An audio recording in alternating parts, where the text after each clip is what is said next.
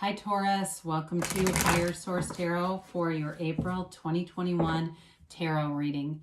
This is for all Taurus, Sun, Moon, Rising, and Venus. If you're new to the channel, I post new readings on Fridays and then again on Mondays. So welcome to you. And if a reading doesn't resonate, you can always check back in a couple of days. Or you can even especially look around on Monday readings because there are a variety of formats available that, tarot's timeless, right? So the readings are timeless. And thanks to everybody who has been supporting the channel by watching readings, liking readings, and of course subscribing. I really appreciate that. And if you haven't subscribed yet, I'd love to invite you to join us and subscribe. Then you'll know when any announcements are made on the channel.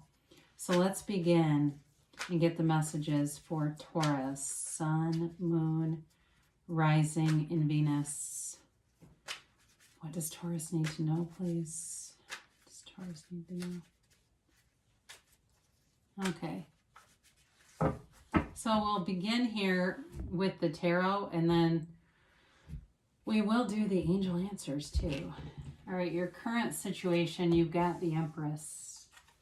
The Moon is the immediate influence. Your destiny, you've got the Six of Pentacles. The distant past, you have the Four of Wands. The more recent past, you've got the Queen of Swords here. The energy coming towards you is death. You're represented by the King of Wands. You've got the Page of Cups as the person or situation you're dealing with. The Ace of Wands is in your hopes and fears. You got the Knight of Cups and the outcome. So the two clarifiers, these are kind of interesting because they're really polarized energies.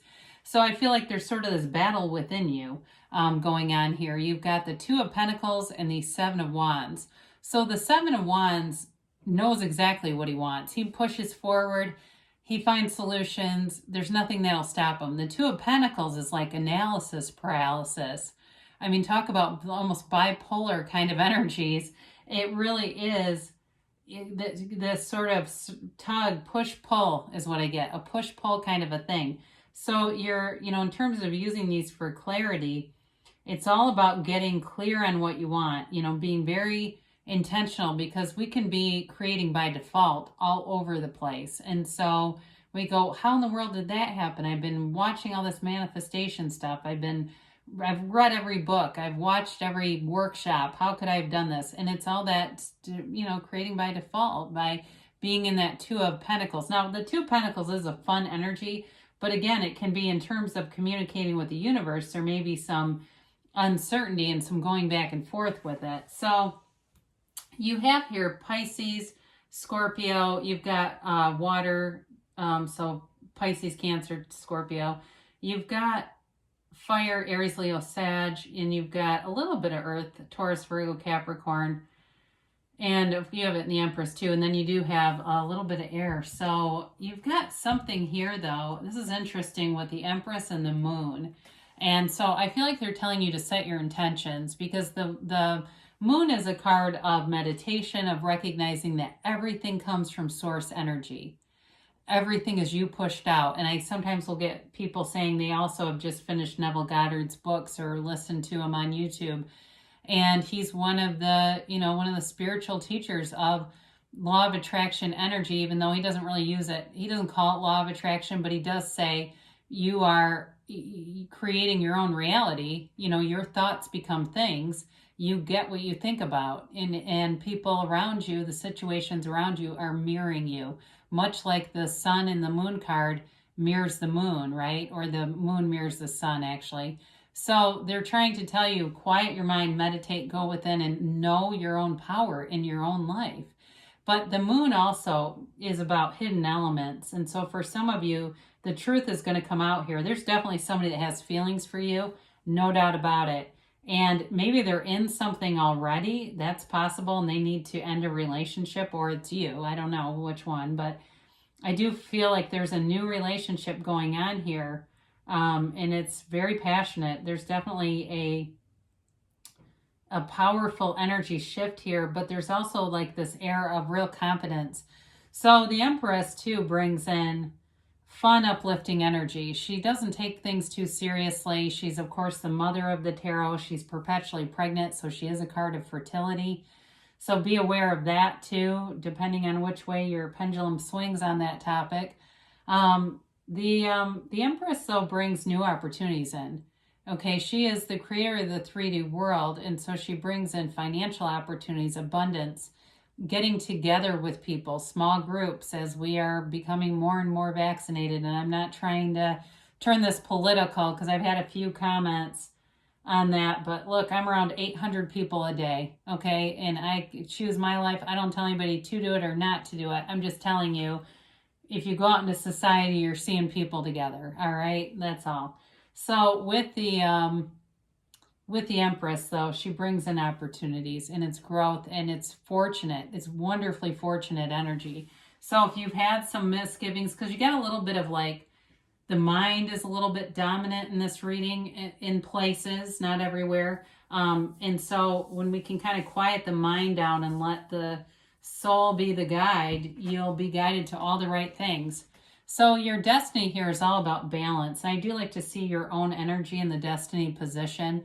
And some of you, it may just be a symbol of sort of the give and take and ebb and flow of your life. You know, maybe some of you are parents, and you've got kind of this cycle of supporting your kids, and then, you know, kind of also trying to support yourself. But with the Six of Pentacles, it is a card of reciprocity. Okay, so it's a card of two, being a stable employee or being a stable employer. There's stability here, and there's definitely money coming in. So it does feel like in terms of your life path, you've got great stability, especially for finance. Okay, so if you're in some kind of finance, or you just know that makes you feel more secure. You know, money brings security for people. I mean, I don't mean that in a totally materialistic way. People find freedom with money. That's why they want it. That's why people try to play the lottery. So talk about freedom. The Four of Wands is in the distant past, and it's definitely being liberated from something that was closed off. It is a card of synchronicity, so some of you may have met someone that seemed like it was fated. It seemed like it was supposed to happen. So if it's not a new relationship for you, there's love here either way. It's moving forward either way, all right? So it may have been something that, as the pandemic has taken, now into a full year, it may be as it was taking off or beginning, or somewhere even in the middle. You met somebody and things started to come together, and it seemed like the right next thing to do. So with this, though, it also, in terms of a career, can be, it's a law of attraction card, so it can be a symbolic card of being on the right path, but not fully developed. Like, it's not the end game for you. It's not the end point. It's just a place on the career path for you. But it's not a negative card by any means. It's celebratory. And it's feeling union. It's feeling togetherness. It's feeling, really like you're connected with other people. I mean, talk about I am, right? And so in the more recent past, you have the Queen of Swords.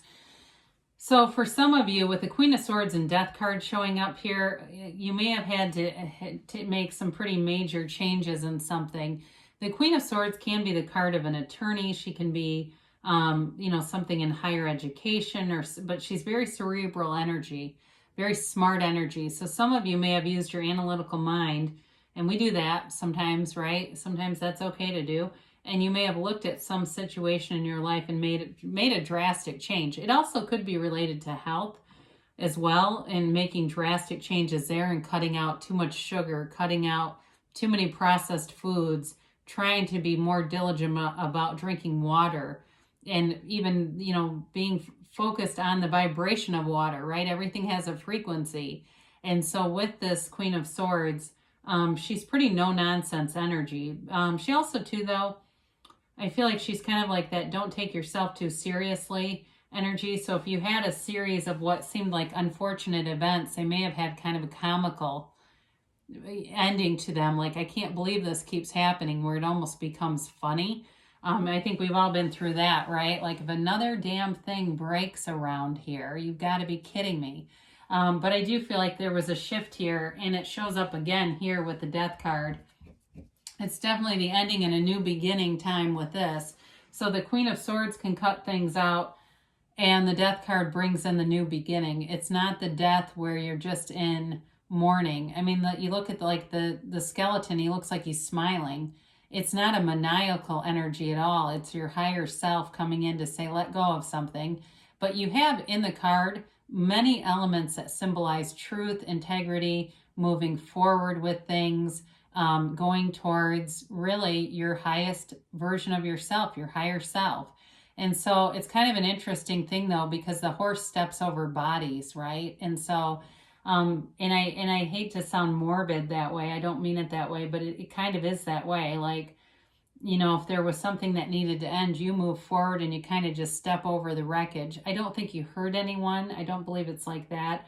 I just think that it was time for something to be moved out. And maybe it is an inanimate object like I was talking about earlier, where it was something in your life that you've just developed a really bad habit with, and it's like, now I got to move on because this is not good for me in my physical body. But it's definitely an energy of a new beginning for you, and I do see it with love here.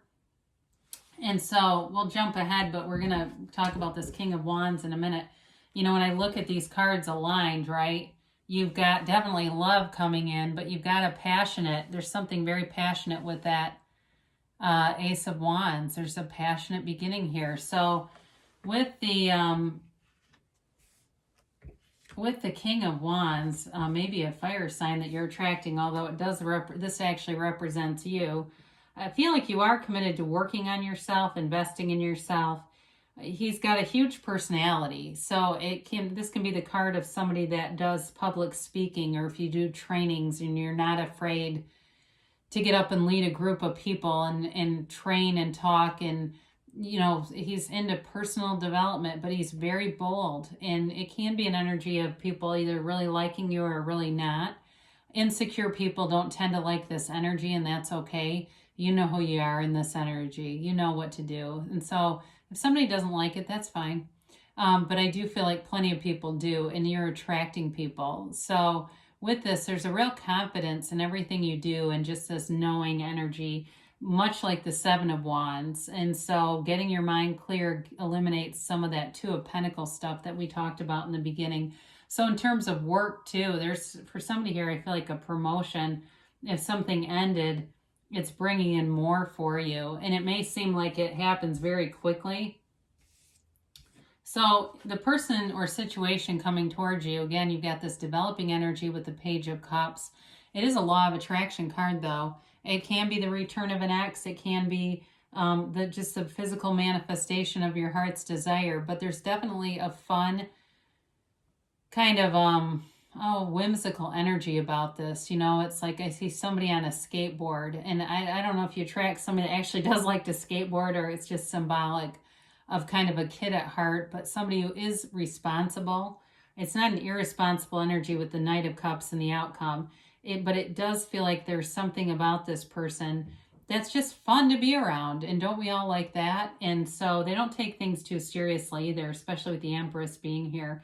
So with the Ace of Wands showing up, it is a new opportunity. And this is like your heart's desires being fulfilled. It's like the thing you've always wanted is here. And so it feels like a lot of things are coming together. If it's that, like I said, a promotion or something where it's a move in a career, but it's not a lateral move. It is definitely an advancement. It's like waving your magic wand and all the elements come together. It is a passionate energy though. So whatever you do in this new kind of energy, in this Ace of Wands energy, it takes off. You know, it's like very exciting, very passionate, and it's, you know, in love or money, but you've got wonderfully creative ideas too, especially with the Empress being here. It's being in an energy where you feel like, God, almost like I can't believe, did I say that? You know what I mean? Like, oh yeah, I did come up with that idea. That was really actually fantastic. And so sometimes you might even surprise yourself a little bit.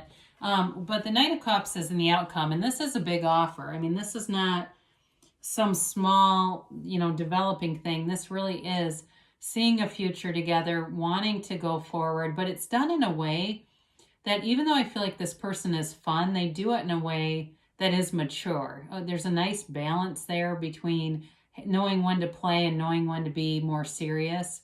I do feel like it's somebody too who's very respectful. They wouldn't do anything that would create a situation where you feel vulnerable or like, you know, like they're interested in somebody else. They only have eyes for you. There's no doubt about that. But I do feel like too, if it's a job related thing for you, again, it's long term, it's steady, it's stable, it's very well thought out. So it's not the, you know, the job offer that's like the matador, right? Where they give you one offer, they yank away the cape, and it's like, you know, this charging bull standing behind it that's not what they offered. You know, it's like, what in the hell? You know, but with this, it's definitely honest integrity. There's, you know, and with the Knight of Cups too, I didn't point that out, but might as well. You know, he's got the very similar energy to the Death card. Very similar, I'm sorry, very similar like characterization. So, right, they're both on the white horse. The only difference really is the skeleton looks straight at you. The Knight of Cups looks ahead because he's got a vision for the future. But with this, too, he's got the wings of an angel guiding him. So I do feel like you're being divinely guided here. Sorry, I got a little bit caught up. I went a little longer than I meant to. So we'll just quickly shuffle today, okay? How's that, Taurus? Get this moving along. Like, yeah, it's about time. All right, you have here, look for a sign, okay? So those signs are all around you. Those synchronicities are everywhere. If you believe, ask, believe, receive. You get what you believe, whether you want it or not. And they've got, listen to your intuition. So definitely with the moon, we talked about that.